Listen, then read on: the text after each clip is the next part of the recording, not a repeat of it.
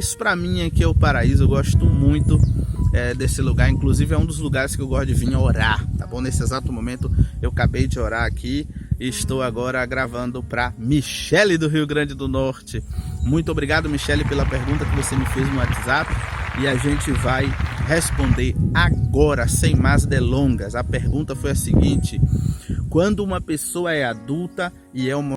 a gente diz que aquela pessoa escolheu ser, mas e quando é uma criança de 4 anos, 5 anos, 6, o que é que a gente faz? Quando começa a ver que uma criança, um menino de 4 ou 5 anos já tem os trejeitos femininos, você vê que aquela criança já começa a admirar mais a mulher do que o homem, e começa a se espelhar mais na mulher do que o homem. O que é que a gente faz? Ele começa a dizer que é uma menina, começa a querer as coisas de menina. O que é que a gente faz? Como é que a gente explica isso biblicamente? Primeiro, eu vou quebrar um paradigma aqui, né? Agora muitos crentes já vai desligar aqui o vídeo, vai embora e não tem problema, tá bom? Tudo que eu falar aqui eu vou colocar o texto bíblico, então você escolhe acreditar ou não. Primeiro, homossexual, a pessoa, o homem que sente atração por outro homem e a mulher que sente atração por outra mulher, não é demônio. Primeiro ponto, o texto está na tela para você. Paulo falou no livro de Romanos, capítulo 1, que as pessoas efeminadas, que as pessoas homossexuais, que as homem que pega homem, mulher que pega mulher, né? Que essas pessoas, elas estão entregues às suas paixões. Diz que aquilo é fruto da carne. Existem outros textos bíblicos que falam que a pessoa efeminada é fruto da carne. Ser gay é carnal, você entende? Não é um demônio, não é possessão demoníaca. Não está na ala de possessão demoníaca, ainda que alguns espíritos imundos possam se utilizar do corpo de algum homem para fazer algumas besteiras, ainda que algum espírito imundo possa se utilizar do corpo de alguma mulher para fazer algum tipo de ritual, alguma coisa, ou para de fato entrar na vida daquela pessoa e causar o caos e torná-la antinatural, qualquer coisa do tipo pode acontecer, mas via de regra é carne. Então a gente precisa ir para cima do tabuleiro, né, para cima da mesa, discutir esse assunto, entendendo que a Bíblia nunca tratou o homossexualismo como algo sendo demônio. Ela sempre tratou como sendo carnal. Então, primeiro fato, a pessoa que gosta de outro homem, um homem que gosta de outro homem, aquilo é carnal, é carne. A Bíblia diz que é carne. Se a Bíblia diz que é carne e tem algum pastor que diz que é demônio, então, pastor, vai brigar com a Bíblia, não é comigo, tá bom? Tá, o texto tá na tela, eu não sei o que é que você vai fazer para explicar esses textos que estão na tela aí. O segundo ponto, para a gente ir para cima do assunto e entender de vez essa questão e até outras que possam surgir, é definir o que é pecado. O que é pecado? Existem várias palavras hebraicas que definem pecado, mas eu vou escolher uma chamada irache. Então eu vou definir pecado como irache. A Bíblia utiliza essa palavra. Irache é uma frase que significa errar o alvo. Então pecar é você errar o alvo. Existe um alvo e toda vez que você erra aquele alvo, você está pecando. Então eu posso definir pecado como erro. E se pecado é erro, eu posso definir como o que?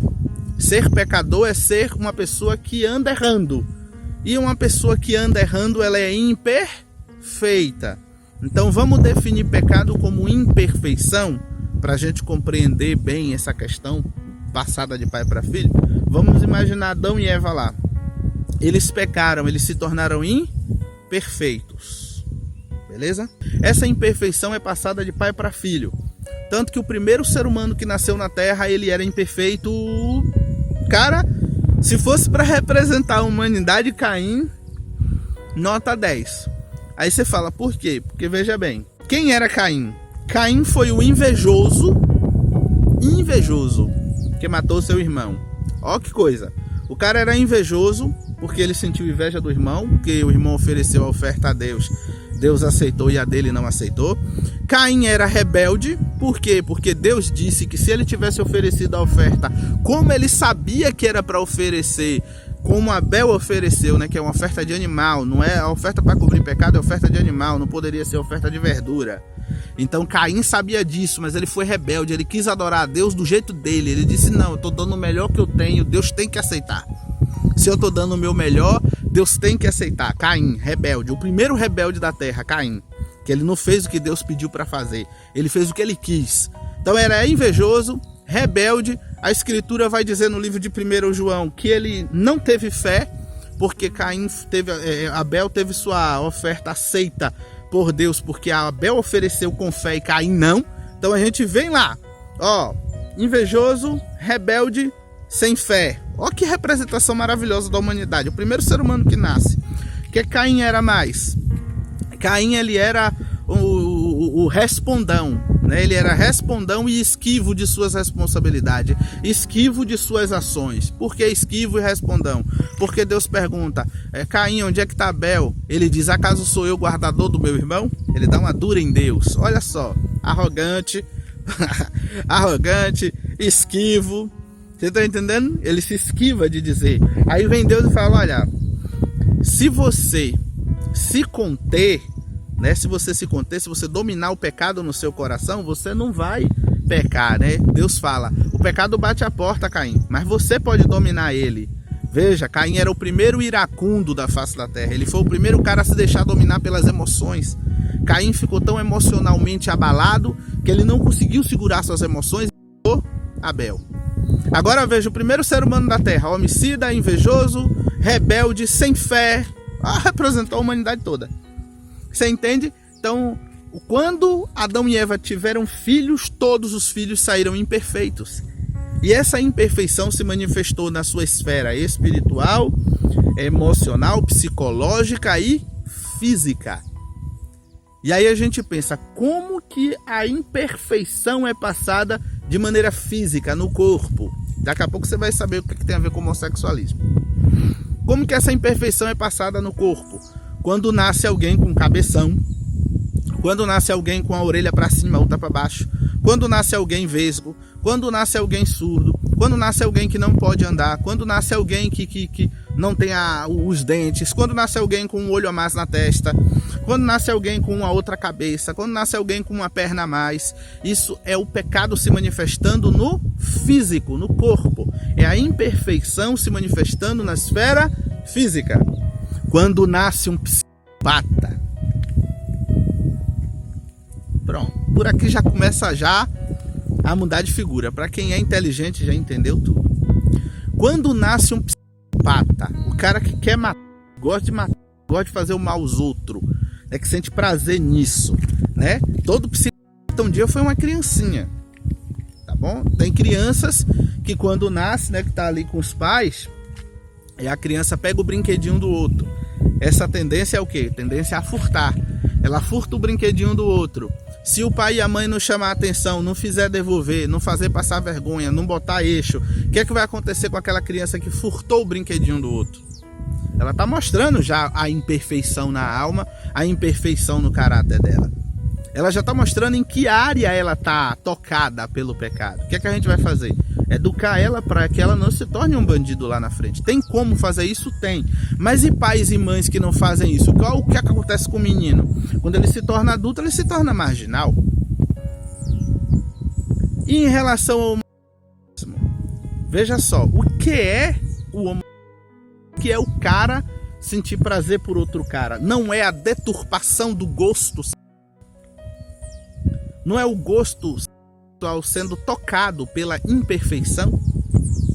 Então, quando uma criancinha se vê gostando um menino de outro menino de uma maneira errada, né, de uma maneira que não é o certo, o que a gente está vendo ali? A manifestação da imperfeição no gosto sexual. Não é que ele nasce, não existe cromossomo, mas todo mundo nasce com impulsos, com fraquezas. Por que as minhas fraquezas são diferentes das suas que está me assistindo? Porque eu nasci com tais tendências e você nasceu com outras tendências. Porque é fácil para mim largar o álcool, mas não é para alguém que está aí do outro lado me assistindo.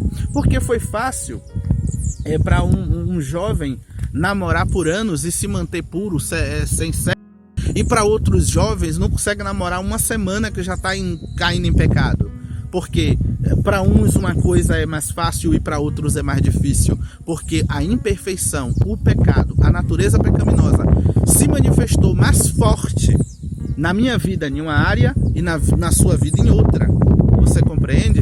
Então o pecado tocou todos nós, mas existem áreas que eu nasci com tendências mais fortes. E nessa tendência, tem aquelas pessoas que nascem com a predisposição de serem, desculpa a linguagem, né, safadinhas, né? Que tem meninas que já nascem, sabe, tá criança com 10 anos já tá procurando ter relação.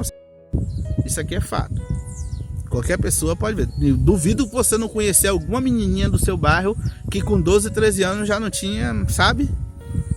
Essa é a verdade. Então o que é que acontece? Ela nasceu piriguete? Não. Ela nasceu com um impulso àquilo. Ela nasceu com uma tendência. Ela nasceu com uma centelha direcionando ela para aquilo.